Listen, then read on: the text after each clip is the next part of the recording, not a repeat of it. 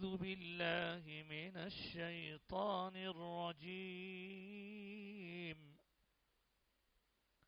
بسم الله الرحمن الرحيم.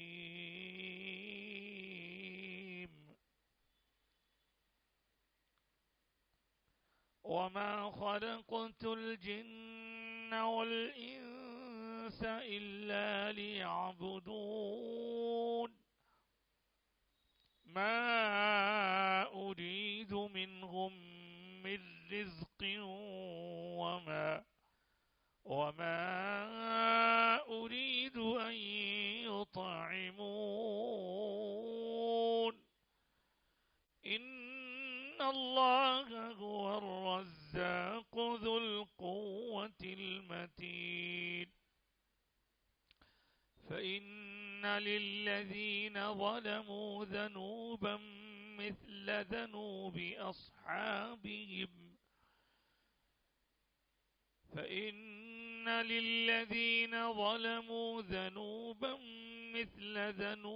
أصحابهم فلا يستعجلون. فإن للذين ظلموا ذنوبا مثل ذنوب أصحابهم فلا يستعجلون. فويل للذين كفروا من يومهم الذي يوعدون.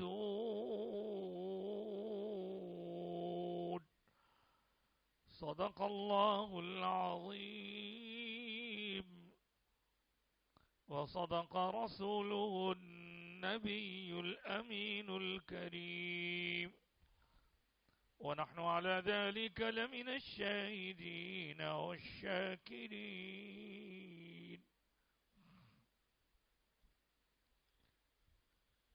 سورۃ الذاریات جو ترتیب قرآنی کے اعتبار سے 51 نمبر کا سورہ ہے اور جس کا کچھ حصہ 26ویں پارے میں اور کچھ حصہ 27ویں پارے میں ہے، اور اس سورے میں 60 آیتیں ہیں. ہم نے ابھی اس سورے کی آخری 5 آیتوں کو پڑھنے کی سعادت حاصل کی اور آپ نے سننے کی سعادت حاصل کی. ایک بار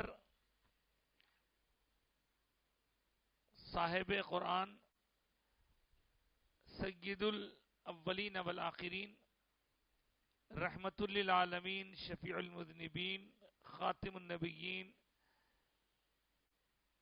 سید المرسلین حضور احمد مجتبی محمد مصطفیٰ صلی اللہ علیہ وآلہ وسلم کی بارگاہ اقدس میں بآواز بلند درود و سلام کا نذرانہ پیش فرما لیں. اللہم صلی علی سیدنا و مولانا محمد وعلی آل سیدنا و مولانا محمد وبارک وسلم.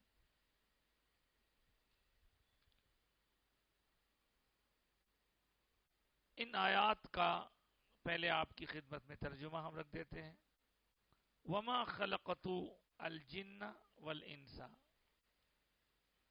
اور میں نے نہیں پیدا کیا جن اور انسان کو مگر صرف اس لیے کہ وہ میری عبادت کریں. اب یہ جو لفظ کا الگ الگ ترجمہ کیا گیا، اس کو اگر ہم آسان زبان میں سمجھیں تو اس کا ترجمہ ہوگا، اللہ پاک فرما رہا ہے میں نے جن اور انسان کو صرف اور صرف میری اپنی عبادت کے لیے پیدا کیا. یہ اس کا ترجمہ ہے. وما خلقت، اور پیدا کیا میں نے کہ پہلے ماں آ گیا تو میں نے نہیں پیدا کیا. اس کا پھر ایکسیپشن کے ذریعے خلاصہ ہوتا ہے. الجن قوم جن ہے، انسان بنی نوع انسان ہے. اللہ، ہاں مگر صرف ایکسیپشن، لی تاکہ یعبدو وہ عبادت کریں نی میری. یہ نون کو یہاں پر جو زیر ہم دیکھ رہے ہیں اس کے بارے میں اس کا خلاصہ اہل لغت نے بیان کیا کہ در حقیقت یہاں لیعبدونی ہے. وہ نی کو ترتیب قرآنی میں ایک خاص جو انداز ہے اس کا مسجع و مخفع اس کو باقی رکھنے کے لیے لیعبدونی ہے. نی کو کھینچے گئے نہیں بلکہ لیعبدون اس پر رک جائیں گے. مگر نون پر ملا کے پڑھنے کی صورت میں نون زبر نہ نہیں ہوگا. جیسے مؤمنون ہوتا ہے تو یہاں لیعبدونا نہیں ہوگا, لیعبدونی ہوگا. ما اريد منهم من رزق, ما نہیں, اريد میرا ارادہ ہے, منہم ان سے یعنی اوپر جو ذکر کیا گیا جن اور انس, ان سے میرا ارادہ یہ نہیں ہے من رزق کہ میں ان کا کچھ رزق لوں. وما اريد, اور یہ بھی میرا ارادہ نہیں ہے کہ ان یطعمونی کہ وہ لوگ کچھ کھلائیں مجھے. اللہ پاک فرما رہا ہے جنات اور انسانوں کو میں نے اپنی عبادت کے لیے پیدا کیا ہے. میرا منشا, میرا مقصد, میرا ارادہ یہ نہیں ہے کہ وہ مجھے کچھ رزق میں سے دیں اور وہ کچھ مجھے کھلائیں.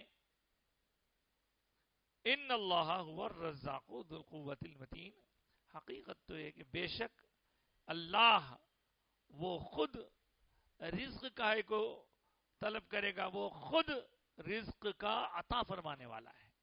ان اللہ هو الرزاق, وہ رزق دینے والا ہے, رزاق ہے اس کا نام. اور ذو القوہ, وہ محتاج نہیں ہے, وہ کمزور نہیں ہے, بلکہ وہ خود بڑا ہی صاحب طاقت و اختیار ہے. المتین, متین مضبوط کے معنی میں آتا ہے. اس کے بعد آخری آیتوں میں کہا گیا فَإِنَّ لِلَّذِينَ ظَلَمُوا, بے شک وہ لوگ جو ظلم کرتے ہیں, ظلم سے مراد یہاں پر شرک ہے, ذنوبا مثل ذنوب اصحابہم, ان سے پہلے والوں نے جیسے ظلم کر کے اپنا حصہ پا لیا یعنی عذاب کا, اسی طرح ان کو بھی اس میں سے عذاب ملے گا. ان کا حصہ بھی عذاب کا مقرر ہے کیونکہ یہ لوگ شرک کر رہے ہیں. فلا یستعجلون, تو ان سے کہیے کہ وہ جلدی نہ کریں. مکے کے کفار حضور سے جب یہ سنتے کہ اے لوگوں اللہ کی عبادت نہ چھوڑو, اللہ کے سوا کوئی عبادت کے لائق اور قابل نہیں ہے, اگر تم نہیں سنو گے تو عذاب آئے گا, تمہیں تکلیف میں مبتلا ہونا پڑے گا, مصائب اور آلام سے دوچار ہونا پڑے گا. تو وہ لوگ ان باتوں کا انکار کرتے ہوئے رسول اللہ صلی اللہ علیہ وآلہ وسلم سے مطالبہ کرتے, بتائیے تو صحیح کہاں ہے وہ عذاب لا کے بتائیے. اور اس طرح اور قوموں نے بھی کہا ہے. چنانچہ دیگر مقامات پر آیا وَيَقُولُونَ مَتَى هَذَا الْوَعْدُ إِن كُنتُمْ صَادِقِينَ, اور وہ کہتے کہاں ہے آپ کا وہ وعدہ, اگر آپ سچے ہو تو وہ وعدہ پورا کر کے دکھائیے. عذاب کہاں ہے, مشکل کہاں ہے, مصیبت کہاں ہے, پریشانی کہاں ہے. تو اور قوموں نے بھی ایسے ہی کیا, اور یہ مکے کے کفار میں سے بھی کچھ لوگ حضور سے ایسے ہی کہا کرتے تھے, آپ لا کر کے تو بتائیے عذاب, آپ لا کر تو بتائیے وہ مصیبت.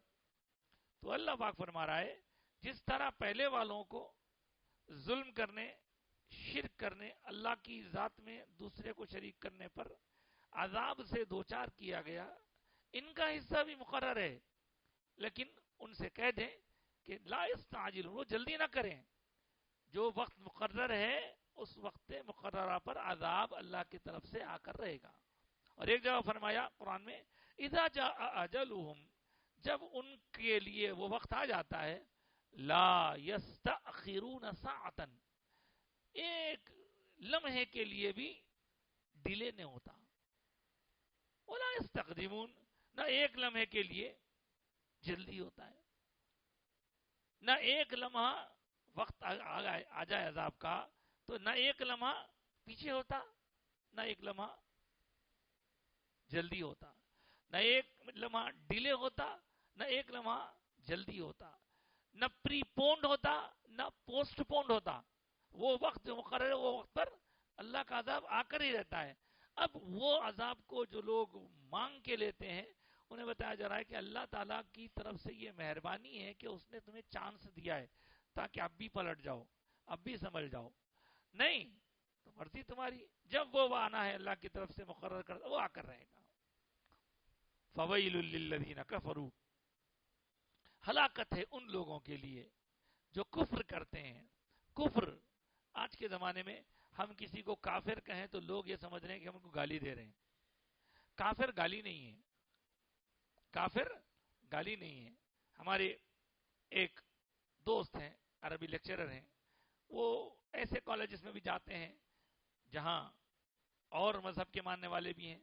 تو کسی نے ان سے پوچھ لیا کہ صاحب آپ ہم لوگ کو گالی کیوں دیتے؟ انہوں نے کہا کہ ہم کو گالی دیتے ہیں.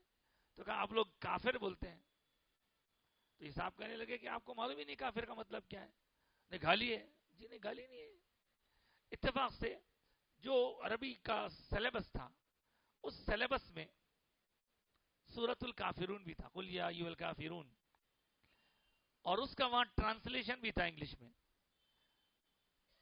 تو ان صاحب کو جو غیر مذہب کے تھے بتلانے کا ان کو اچھا موقع ہوگا. دیکھو بھائی یہ جو بورڈ آف انٹرمیڈیٹ سے چھپی ہوئی کتاب ہے, اس کتاب میں کافر کا میننگ کیا لکھا ہوا ہے دیکھو آپ. تو کافر کا میننگ ہے انکار کرنے والا. کافر کا میننگ ہے نہیں ماننے والا. کافر کا میننگ ہے ڈینائی کرنے والا. ڈس بلیور بولتے ہیں اس کو. کافر کا اصل ترجمہ ڈس بلیور. مومن اس کا الٹا ہے, مومن بلیور. مومن ماننے والا, کافر نہیں ماننے والا. تو اس کے اندر آپ کو کافر کہہ کر ہم گالی نہیں دے رہے ہیں صاحب. ہمارے تھاٹس کو ہم مانتے ہیں اللہ ایک ہے, اللہ کے رسول سب سے آخری ہمارے آقا ہیں, اس کے بعد کوئی اور نبی نہیں ہے.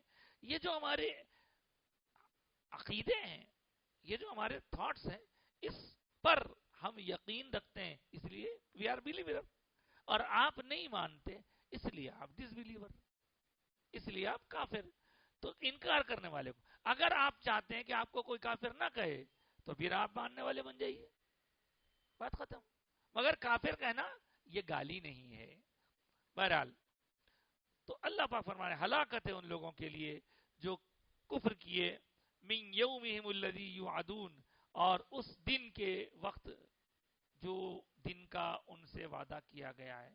ایک دن آنے والا ہے قیامت کا, ایک دن آنے والا ہے ان کے عذاب کا, تو ان کا عذاب ان کو آ کر رہے گا اگر وہ نہیں مانیں گے. لیکن اگر اس سے پہلے یہ مان جائیں اور اپنے آپ کو سدھار لیں, سیدھے راستے پر لا لیں, تو اللہ کی شان بہت بڑی ہے, اللہ کی رحمت وسیع ہے. اس نے جو مہلت دے رکھی ہے اسی لیے تاکہ تم سدھر جاؤ. سدھر گئے تو فائدہ ہے. اللہ تعالیٰ کو بندگان خدا کے عذاب دینے سے کچھ خوشی نہیں ہوتی. اللہ بندوں کو جو عذاب دیتا ہے, عذاب دے کر خوش نہیں ہوتا اللہ تعالیٰ. اللہ تو یہ چاہتا ہے کہ بندے عذاب سے بچ جائیں, اعمال خیر کریں, وہ اچھے کام کریں. اللہ کا تو منشا یہ ہے, اور کوئی نہ کوئی بہانے سے اس کو معاف کرنا چاہتا ہے. لیکن بندہ اڑا ہوا ہے, اڑیل, نہیں میں یہ نہیں کروں گا, میں وہ نہیں کروں گا. بابا آپ کے نہیں کرنے سے یا آپ کے کچھ غلط کام کرنے سے اللہ کا کچھ بھی نقصان نہیں ہوتا. اور اگر آپ اچھا کام کر رہے ہیں تو اس سے آپ اللہ کا کوئی مقام بڑا نہیں کر رہے ہیں, اللہ کی شان اونچی نہیں کر رہے ہیں. اللہ کا جو مقام ہے, جو مرتبہ ہے, جو شان ہے, وہ تو آپ کے نہیں ہونے پر بھی ہے. آپ ہوں تو بھی اللہ بڑا ہے, آپ نہ ہوں تو بھی اللہ بڑا ہے. آپ عبادت کریں تو بھی اللہ کی شان بڑی ہے, آپ عبادت نہ کریں تو بھی اللہ کی شان بڑی ہے. آپ کی عبادت سے وہ مقام بڑھنے والا نہیں ہے, آپ کے نہیں کرنے سے کوئی نقصان ہونے والا نہیں ہے, لیکن سراسر نقصان ہمارا ہونے والا ہے. اس لیے بتایا گیا کہ اپنے آپ کو اللہ سے جوڑو. ایک حکایت ہے بزرگان دین سے. ایک بندہ جس کے متعلق آیا ہے کہ وہ ذرا بہت اچھے کام نہیں کرتا تھا, بہت اچھے کام نہیں کرتا تھا, تھوڑا ایسا ہی ہے, کچھ گناہ بھی ہو گئے تھے اس سے, مر گیا. مرنے پر کسی نے اس کو خواب میں دیکھا، کوئی اللہ والے نے دیکھ کر پوچھا کہ کیا میاں، کیا حال ہوا آپ کا، کیسے گزری، کیا کیا اللہ تعالیٰ نے آپ کے ساتھ؟ تو بولے کہ میں اتنا بڑا پاپی تھا، میں گناہگار تھا، لیکن اللہ نے مجھے معاف کر دیا، اللہ نے معاف کر دیا۔ تو وجہ کیا بنی؟ تو اللہ کی توفیق سے مرتے وقت میں اللہ کی بارگاہ میں 2-3 جملے بولا، وہ جملے اللہ کو پسند آ گئے، بولے وہ جملے اللہ کو پسند آ گئے۔ کیا تھے وہ جملے؟ لکھے کتابوں میں، اولیاء و صالحین کی حکایات میں لکھا ہوا ہے۔ کیا تھے جملے وہ؟ کہنے لگے کہ مولا ایک بات تو یہ کہ میں اپنے گناہوں کا اعتراف کرتا ہوں، میں گناہوں کا انکار نہیں کر رہا ہوں، پہلی چیز، بے شک میرے سے گناہ ہوئے، بہت گناہ کیا ہوں، مرنے سے پہلے اس نے اللہ سے عرض کیا۔ اور دوسری بات یہ ہے کہ مجھے معاف کرنے کے لیے کوئی اور در نہیں ہے تیرے سوا، اب تو ہی ہے معاف کرنے والا، میرے کو میں کس کو پکاروں؟ اب میرا حال یہ ہے کہ میں آخری لمحات میں ہوں، گناہوں کا اعتراف کر رہا ہوں، ہو گئے گناہ میرے سے، مگر میں اب تیرے سے دعا کر رہا ہوں، تیرے سوا کوئی اور نہیں ہے مجھے معاف کرنے والا۔ دوسری چیز یہ تھی۔ تیسری چیز یہ تھی کہ اگر تو میرے گناہوں پر سزا دینا چاہے تو مجھے یہ معلوم ہے کہ تیری طرف سے مجھے سزا ملے تو مجھے تو تکلیف ہوگی، لیکن تیری شان میں کچھ اضافہ نہیں ہوگا۔ بات بہت کام کی ہے، دیکھیے۔ اور اگر تو مجھے معاف کر دے تو تیری رحمت میں کچھ کمی نہیں ہوگی، بولے۔ یہ 4 جملے ایسے تھے، اللہ نے کہا جاؤ معاف کر دیا، بولے جا معاف کر دیا، بولے۔ ایسا ہے معاملہ اللہ کا۔ اللہ کو کیا پڑی بھی ہماری؟ اللہ تعالیٰ تو رحمت سے بندوں کو معاف کرنا چاہتے ہیں۔ اب اعتراف کر لو، مرنے سے پہلے ہمارے لیے ٹائم ہے۔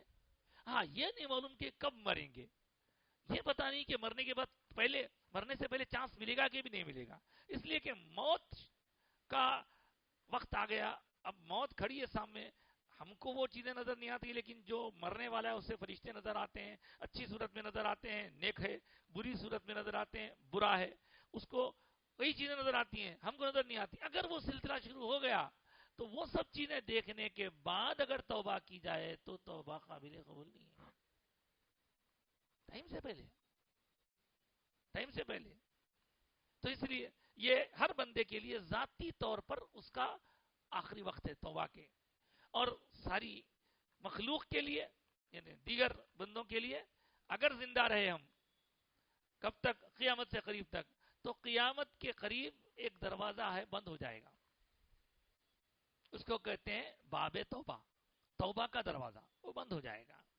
وہ دروازہ بند ہونے سے پہلے ہم کو توبہ کر لینا ہے، تو توبہ کرتے ہی رہنا ہے، دن رات استغفار کرتے ہی رہنا ہے۔ اچھا، وہ توبہ کب بند ہوگا صاحب؟ وہ توبہ کا دروازہ کب بند ہو جائے گا؟ اس کی کوئی علامت، کوئی نشانی، کوئی سائن؟ قیامت کے قریب کی بہت سارے نشانیاں حضور بتا چکے ہیں اور ہم موجودہ دور میں دیکھ رہے ہیں، لیکن اس کے لیے بڑی نشانی یہ ہوگی کہ سورج جو ایسٹ سے نکلتا ہے وہ ایسٹ سے نکلنا بند ہو جائے گا اور ویسٹ سے نکلنا شروع ہو جائے گا۔ ایسٹ سے نکلتا نا سورج، ویسٹ سے نکلے گا۔ یہ قیامت کے قریب کی سب سے بڑی نشانی۔ جس دن سورج ویسٹ سے نکلنا شروع ہوگا، سمجھ جانا توبہ کا دروازہ بند ہو گیا، اس کے بعد کی توبہ کوئی کام کی نہیں۔ اللہ ہم کو ہمیشہ توبہ کرنے والوں میں شامل کرے، اور اس کی بارگاہ میں معروضہ بھی ہے کہ وہ ہماری توبہ قبول فرما لے، اس لیے کہ ہم اپنے گناہوں کا اعتراف کرتے ہیں، اور اس بندے کی طرح ہم اللہ سے یہی کہیں گے کہ مولا ہمارے لیے تیرے سوا کوئی درمی نہیں ہے جو معاف کرے، اور پھر تیرے عذاب دینے سے تجھے کچھ فائدہ تو ہونے والا نہیں ہے، اور تیرے معاف کرنے سے کچھ نقصان بھی تو نہیں ہے، معاف کر دے، اللہ معاف کرے۔ بہرحال یہ ہوئی صاحب ان لوگوں کے لیے جو کافر ہیں، عذاب ہوں گا، جلدی مت کرو، ان سے جو وعدہ کیا گیا ہے۔ لیکن ہم آخری آیتوں پر تو فوکس کر کے ابتدائی آیتوں کی طرف اب آ رہے ہیں۔ ابتدائی آیتوں میں آپ دیکھیے وہ کافروں کا ذکر تو ہو گیا، اب دیکھیے 3 آیتوں میں 3 باتیں جو کہی گئی بہت اہم ہیں۔ میں نے جنات اور انسان کو میری عبادت کے لیے پیدا کیا، ایک۔ میں ان سے کوئی رزق نہیں مانگ رہا ہوں اور نہ یہ کہ وہ مجھے کچھ کھلائیں. یہ کیا ہے؟ ہم جس معاشرے میں رہتے ہیں، جس ماحول میں رہتے ہیں، ہم اس ماحول میں دیکھا کرتے ہیں کہ لوگ اپنے معبودوں کے لیے،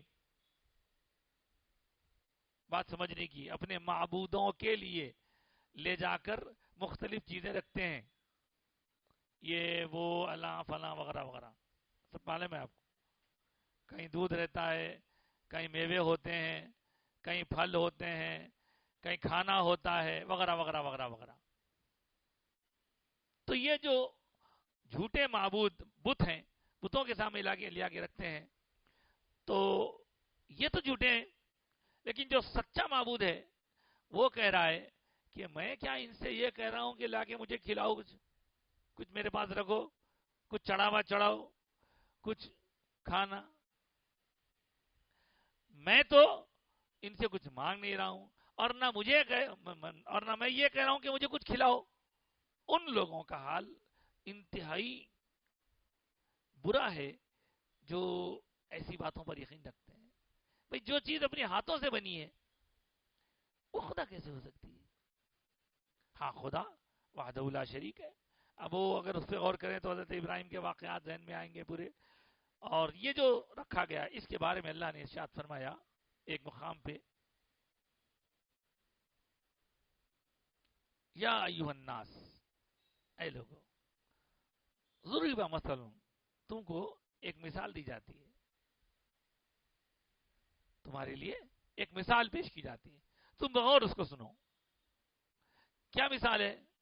فرمایا مثال یہ ہے کہ وہ لوگ، فاستمعوا لہ، غور سے سنو اس کو، وہ لوگ جو اللہ کے سوا دوسروں کو معبود بنائے بیٹھے عبادت کرتے ہیں، ان کی بے بسی، ان کی لاچاری، ان کی مجبوری، یہ الفاظ تو سمجھ رہے ہیں اردو کے، بے بسی، لاچاری، مجبوری کا حال یہ ہے، لن یخلقوا ذبابا، انہوں نے ایک مکھی تک پیدا نہیں کی ہے.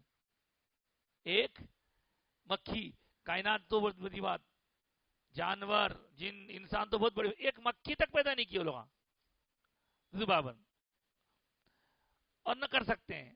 وَلَوِ اجْتَمَعُوا لَهُ، اور اگر وہ پورے کے پورے جتنے بھی کتنے کروڑ بولتے ہیں نا، کتنے ہزار، کتنے کروڑ، ان سب مل کے بھی ایک مکھی کو کریٹ نہیں کر سکتے وہ لوگ.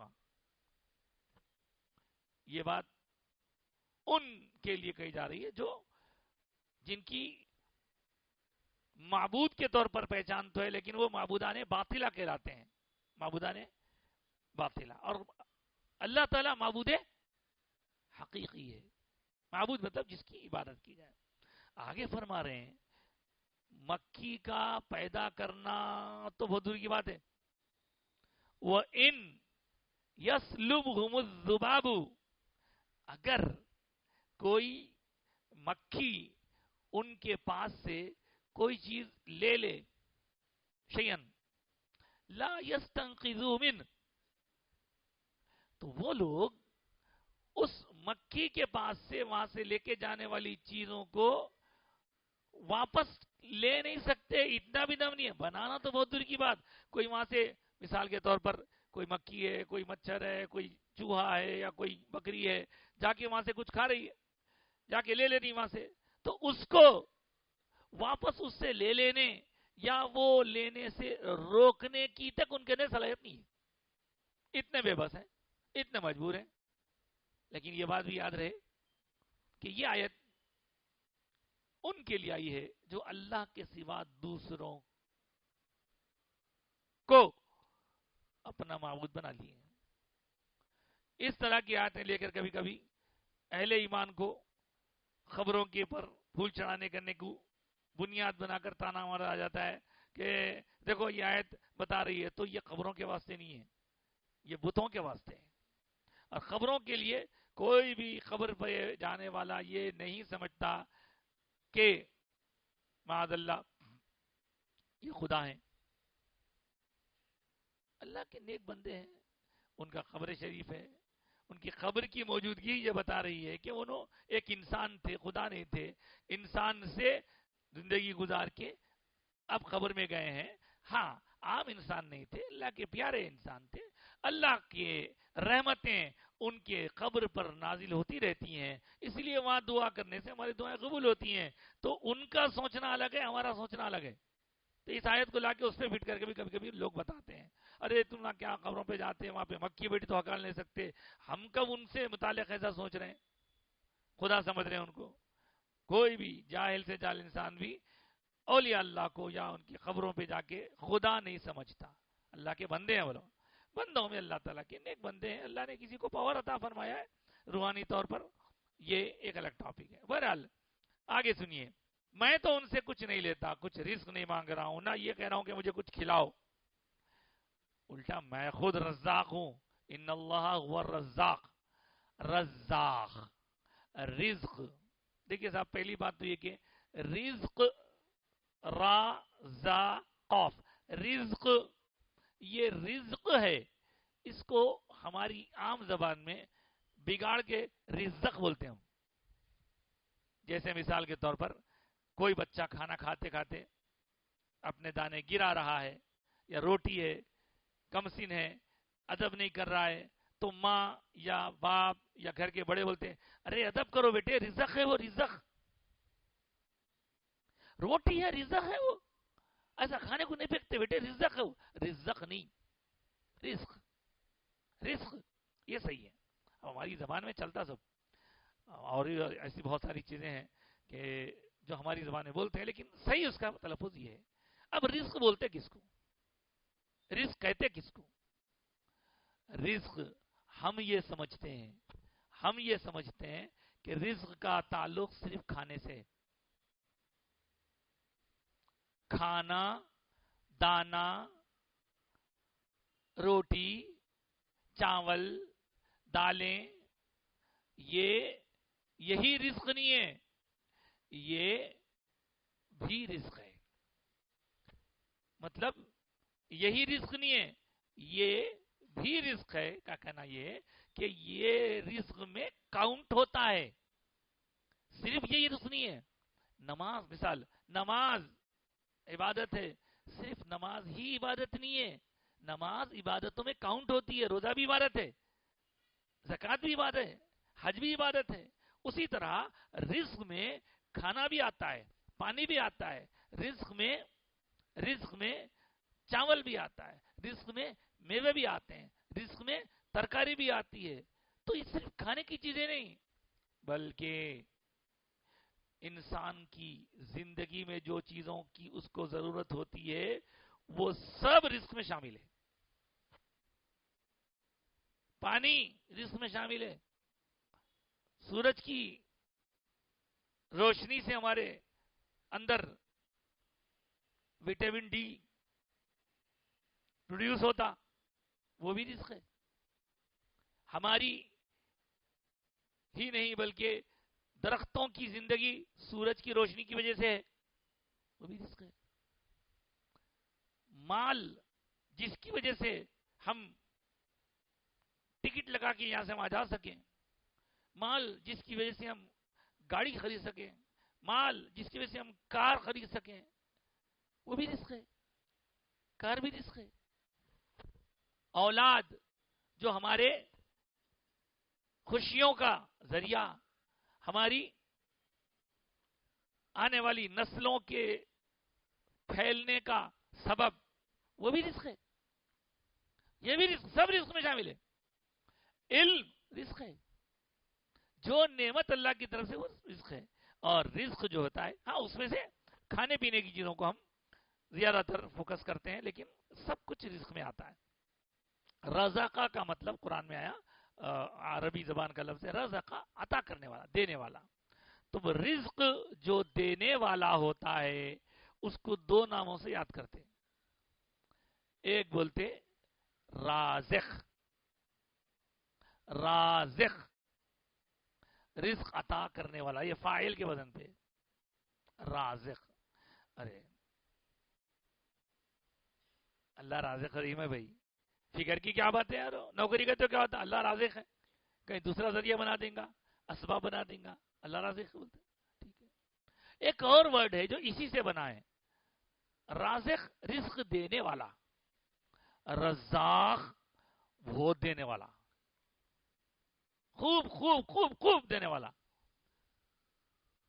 تو رزق ہی سے تعلق رازق کا بھی ہے، رزق ہی سے تعلق رزاق کا بھی ہے۔ یہ ایسی بات ہے، غافر بخشنے والا، بخشنے والا، غفار بہت بخشنے والا، ہزاروں کروڑوں لاکھوں کروڑوں بخشنے والا۔ تو اس طرح اللہ فرما رہا ہے کہ میں تم سے کوئی رزق نہیں مانگ رہا ہوں، نہ میں یہ کہہ رہا ہوں کہ تم مجھے کچھ کھلاؤ، بلکہ میں خود رزاق ہوں، سب کو تو میں ہی دیا کرتا ہوں، ساری جھولیاں تو میں ہی بھرا کرتا ہوں، سارے دامن وسیع کر کے پھیلائے ہوئے میرے پاس آتے ہیں تو میں ہی تو دیا کرتا ہوں اس کو، مجھے کیا ضرورت ہے تمہارے مال کی، تمہارے طاقت کی، تمہارے، اور میں قوت والا ہوں، میں متین ہوں۔ یہ اللہ کے ناموں میں سے متین ایک نام ہے اللہ کا، رزاق اللہ کا ایک نام ہے، خالق اللہ کا ایک نام ہے۔ تو اللہ تعالیٰ کا ایک نام ذاتی ہے، سیلف، وہ ہے اللہ۔ اللہ یہ اللہ کا ذاتی نام ہے، یہ کسی کو نہیں رکھ سکتے آپ۔ اس کے علاوہ اللہ تعالیٰ کے بہت سارے صفاتی نام ہیں۔ آپ کہیں گے ذاتی بولے تو اون، پرسنل، صفاتی بولے تو، صفاتی کا مطلب ہے اللہ تعالیٰ کی الگ الگ شانیں ہیں، ان الگ الگ شانوں کے حساب سے اللہ تعالیٰ کے الگ الگ نام ہیں۔ صفت کوالٹی کو بولتے، صفت ایڈجیکٹو کو بولتے، جیسے کسی کے بارے میں بول رہے ہیں کہ بھئی انہوں بڑے سخی ہیں، خوب دینے والے ہیں، بڑے طاقتور ہیں، ان کی ایک صفت ہے، نام الگ ہے ان کا، ان کی ایک صفت ہے۔ بڑے گورے ہیں، بڑے خوبصورت ہیں، بڑے اونچے ہیں، کوئی چیز کی تعریف کر رہے ہیں، بھئی نئی ہے، اچھی ہے، بھلی ہے، مضبوط ہے، یہ سب اس کے صفات ہیں۔ تو اللہ تبارک و تعالیٰ کے پرسنل نام اللہ کے علاوہ بہت سارے نام ہیں جن کو صفاتی نام کہتے ہیں، اور ان میں 99 نام مشہور ہیں، 99 کے علاوہ بھی بہت سارے نام قرآن میں ذکر کیے گئے ہیں۔ ایک حدیث مبارکہ میں حضور اقدس صلی اللہ علیہ وآلہ وسلم نے ایک ساتھ 99 کا تذکرہ فرمایا، اس لیے وہ 99 نام والے حدیث پاک کی وجہ سے اللہ کے بارے میں 99 نام کہتے ہیں۔ 99 ہی نہیں ہے، 99 کے علاوہ بھی ہیں بہت سے، اور زیادہ ناموں کا ہونا شان اور اونچائی، بلندی، بڑائی، کبریائی، مجد، بزرگی کی علامت ہے۔ جس کے جتنے زیادہ نام ہوں گے اتنے ہی زیادہ اس کی عظمت ہوگی۔ تب اللہ کے ناموں میں آپ دیکھیں، اکبر صفتی نام ہے، رحمان صفتی نام، رحیم صفتی نام، خالق صفتی نام، مالک صفتی نام، قادر صفتی نام، یہ سب اللہ کے نام ہیں۔ ستار خوب پردہ پوشی کرنے والا گناہوں کی صفتی نام، قہار زبردست اور طاقت سے سزا کا انتظام کرنے والا، اس طرح بہت سارے نام ہیں اللہ تعالیٰ کے۔ ان ناموں کو پڑھتے رہنے کی برکتیں آئی ہیں، لیکن یہاں ایک چیز میں آپ کو بتا دوں کہ جس مقصد کے لیے آپ دعا کر رہے ہیں اسی کی مناسبت سے اللہ والے اللہ کے ناموں کو پکارنے کی بات کرتے ہیں، سکھاتے ہیں۔ ایک صاحب آئے، آ کے بولے حضرت شادی ہو کے اتنے سال ہو گئے، بچے نہیں ہو رہے ہیں، کیا کرنا؟ جاؤ باؤ اللہ کا نام پڑھو، یا اللہ یا خالق یا مصور، اے اللہ، اے تخلیق کرنے والے، اے تصویر بنانے والے، ماؤں کے پیٹوں میں تصویر بنانے والے۔ ایک صاحب آ کے بولے حضرت حالت بہت بری ہے، بیمار ہو گیا ہوں، مرض ٹھیک نہیں ہو رہا، یا اللہ یا شافی، شافی اللہ کا نام ہے۔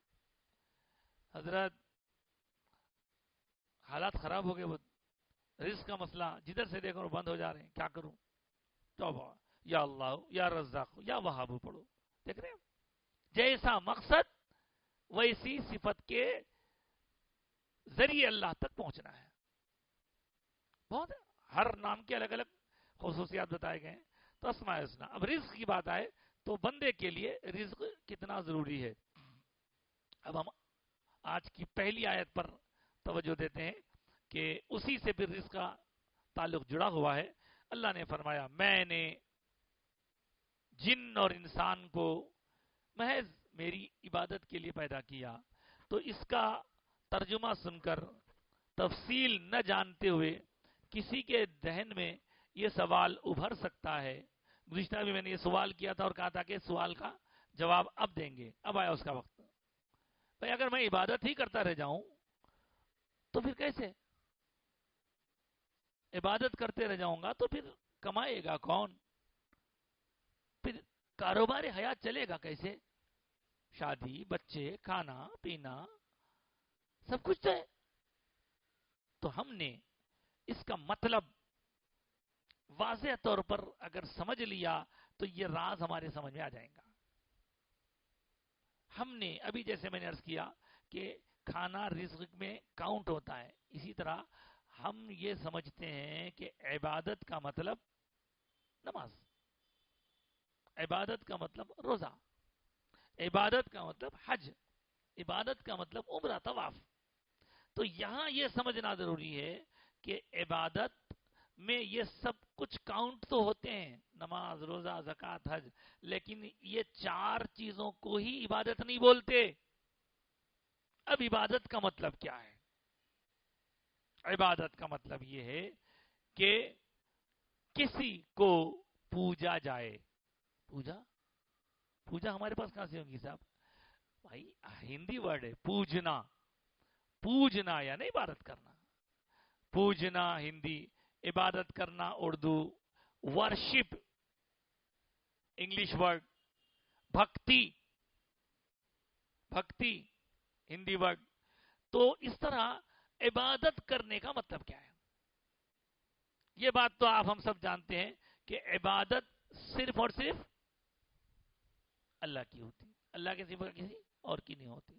تو عبادت کرنے کا مطلب کیا ہے؟ آج بہت بڑی راز کی بات سمجھا دوں آپ کی خدمت میں. عبادت کا مطلب کیا ہے؟ ورشپ کا میننگ کیا ہے؟ تو عبادت کا مطلب یہ ہے کہ جس کو آپ نے خدا مانا ہے اس کی پسند کا کام کرنا، یہ عبادت ہے. ختم. کیا ہے عبادت؟ جو اس کو پسند ہے وہ کرنا، جو پسند نہیں ہے چھوڑ دینا، جو اس کا حکم ہے کرنا، جس سے اس نے روک دیا رک جانا، جو اس کا منشا ہے اس کے مطابق کام کرنا عبادت ہے. عبادت یہ چیز. اگر ایسا سوچیں تو ہماری زندگی کا ایک ایک لمحہ عبادت بن جائے گا. کیسے؟ تو نماز پڑھنے کے لیے مجھے طاقت چاہیے. وہ طاقت حاصل کرنے کے لیے میرے جسم کو وقفے سے کھانا دینا ضروری ہے، پانی پلانا ضروری ہے. تو کھانا پانی آسمان سے یا زمین سے نکلنے والا تو نہیں ہے، اس کے لیے مجھے محنت کرنا پڑے گا. وہ محنت کرنے کے لیے مجھے کمانا پڑے گا. وہ کمانے کے لیے مجھے یا تو جاب کرنا پڑے گا یا کہیں جو ہے مجھے تجارت کرنا پڑے گا. یہ ایک طریقہ ہو گیا. دوسرے، جب میں اپنے جسم کو میں محسوس کرتا ہوں کہ وہ کبھی بیمار ہو جاتا ہے تو بیماریوں سے بچانے کے لیے مجھے پانی سے بچنا پڑے گا، مجھے دھوپ سے بچنا پڑے گا، مجھے سونا پڑے گا. سارے کام کمانا. اس کے بعد پھر میری خواہشات بھی ہیں. ان خواہشات کو پورا کرنے کا جو ذریعہ اللہ نے رکھا ہے یا جس کے ذریعے سے اولاد کا سلسلہ چلتا ہے، ونش چلتا ہے، وہ بھی ایک، اس کا بھی انتظام کرنا پڑے گا. یہ سب کرنا ہے. ارے صاحب یہ سب کر لیتے بیٹا تو میں عبادت کہاں سے ہوگی؟ حضرت یہ سارے کام جو آپ بیکار سمجھ رہے ہیں، خالی ایک چھوٹی سی بات ایسی ہے، وہ آپ فالو کر لیے تو یہ سارے کام آپ کے عبادت بن جائیں گے. آپ کا کھانا کھانا بھی عبادت، آپ کا کمانے جانا عبادت، دکان کھولنا عبادت، دکان بند کرنا عبادت، صبح سویرے اٹھ کے کاروبار کے لیے جانا عبادت، بیوی سے بات کرنا عبادت، سب عبادت. ہاں تو عبادت ہے کیا؟ عبادت ہے اللہ کی خوشی کے مطابق، اللہ کی مرضی کے مطابق کوئی کام کرنا. آپ کو کھانا کھانے سے روکا نہیں جا رہا ہے، آپ کو پانی پینے سے روکا نہیں جا رہا ہے، آپ کو سونے سے روکا نہیں جا رہا ہے، آپ کو اپنی خواہشات پورا کرنے سے روکا نہیں جا رہا ہے، آپ کو تجارت سے روکا نہیں جا رہا ہے، آپ کو ملازمت سے روکا نہیں جا رہا ہے، آپ کو روڈ پہ چلنے سے روکا نہیں جا رہا ہے، آپ کو گھر بنانے سے روکا نہیں جا رہا ہے. پھر اگر اگر ایک کام کر لیں آپ، وہ کام کیا ہے؟ وہ ہے ہماری اپنی نیت کو درست کر لینا. اگر نیت درست ہو جائے تو ہمارا ہر کام عبادت، ہر کام عبادت. ایک صاحب گھر بنائے، گھر کی کھڑکی پھوڑے، ادھر سے اللہ والے گزر رہے تھے، مشہور واقعہ ہے. انہوں نے پوچھا بابا یہ ادھر کھڑکی کیوں پھوڑے؟ تو وہ صاحب کھڑکی کوئی بھی کیوں پھوڑتا، گھر بنا رہا ہوں، ادھر سے ہوا آنا، ادھر سے دھوپ آنا، ادھر سے روشنی آنا بول کے کھڑکی پھوڑا. تو اس اللہ والے نے کہا میاں ذرا تم نیت صحیح کر لیتے تو یہ تمہاری کھڑکی پھوڑنا بھی عبادت بن جاتا. کھڑکی پھوڑنا عبادت بن جاتا، یہ کیسے ممکن ہے؟ کیا حضرت کیسی بات کر رہے ہیں آپ؟ میں نماز نہیں پڑھ رہا ہوں، میں روزہ نہیں رکھ رہا ہوں اور کھڑکی پھوڑ رہا ہوں، تو نماز روزہ عبادت ہے، یہ کیا ہے؟ تو کہا اگر تم نیت درست کر لیتے تو یہ کھڑکی پھوڑنے پر بھی تمہیں ثواب ملتا. ارے ثواب تو نیک کاموں پہ ملتا ہے، عبادت پہ ملتا ہے. کہاں تم صرف اگر یہ نیت کر لیتے کہ ادھر کھڑکی پھوڑنے کا مقصد یہ ہے کہ اس طرف مسجد ہے، مسجد میں سے اذان کی آواز میرے گھر میں پہنچے اور میں وقت پر نماز کے لیے جانے کی تیاری کر سکوں، نیت یہ کر لیتے تو تمہاری کھڑکی تمہارے لیے باعث ثواب بن جاتی. اب رہی تمہاری روشنی، وہ تو فری میں آتی، دھوپ فری میں آتی، ہوا فری میں آتی، دھوپ ہوا روشنی فری میں، وہ بن جاتی عبادت. تو پتہ یہ چلا کہ ہر کام ہمارا باعث ثواب ہو سکتا ہے، ہر کام ہمارا عبادت ہو سکتا ہے. مقصد یہ ہو کہ ہم یہ کام کیوں کر رہے ہیں؟ میرے لیے کر رہا ہوں، میری بقا، میری پہچان، میری شہرت، میں گیا کام سے. آپ ہر کام اللہ کے واسطے کرو. یا اللہ یہ تیری خاطر، یا اللہ تیری خاطر. اب یہ تیری خاطر جب کریں گے، آپ ہر کام اللہ کے واسطے کریں گے تو پھر آپ دیکھیں گے کہ اللہ کے نزدیک آپ کا مقام بلند ہوتا جائے گا. اس ٹاپک پہ اور بہت کچھ کہا جا سکتا ہے، لیکن ایک چھوٹی سی بات آخر میں کہہ دوں. وما خلقت الجن والانس الا ليعبدون. جب ہماری عبادتوں کا اللہ سے تعلق ہو تو اللہ کا کوئی فائدہ نہیں ہو رہا. جب ہماری عبادتوں سے اللہ کا کوئی فائدہ نہیں ہو رہا تو پھر اللہ کیوں پیدا کرا ہمارے کو؟ کیوں کرا پیدا؟ اس کے بندے ہمیں، اگر ہم نہیں پیدا ہوتے تو کیا نقصان تھا اس کا؟ اگر ہم پیدا ہوئے تو کیا فائدہ ہو رہا اس کا؟ بہت اہم سوال ہے، بہت اہم سوال ہے. اس کا جواب یہ ہے کہ اللہ کی ہر کام میں حکمت ہوتی ہے. وہ کیا حکمت ہے؟ وہ کیا حکمت ہے اور اس حکمت سے اللہ تعالی ہمیں کیا سرفراز کرنا چاہتا ہے، انشاءاللہ اس پر ہم ڈسکس کریں گے آنے والے اتوار کو.